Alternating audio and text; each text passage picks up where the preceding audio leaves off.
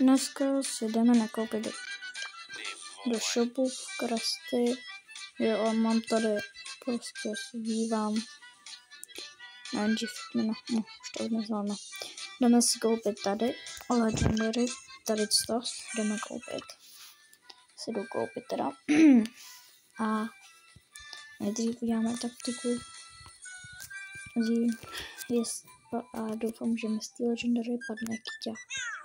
Když nevíte, jak to udělat, tak se dívejte na mě.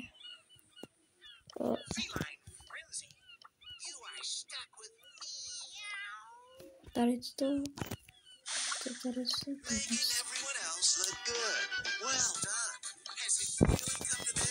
Tak, prohlídíme to. Hezký, no.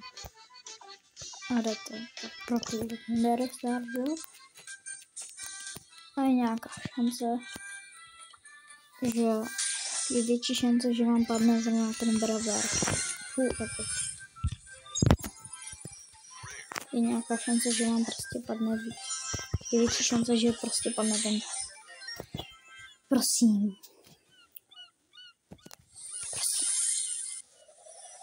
Ty vole. No.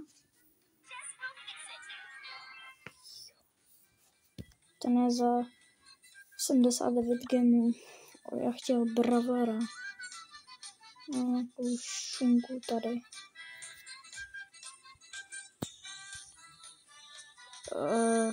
Jo, mám všechno.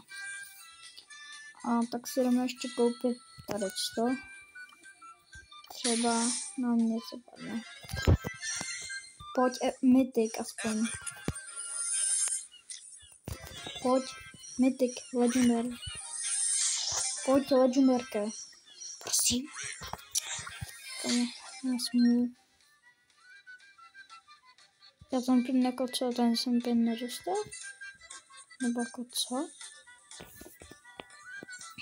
Jo, byla tady Hypercharge Star Drop, tady byl. A ta legendarka byla tady místo těch dvou byla. A teď už to tam není. Chtěla jsem si to koupit, ale už to tam není. Tak já nevím, co jiného než to asi ukončit. Ne, na týsek. Tak čau.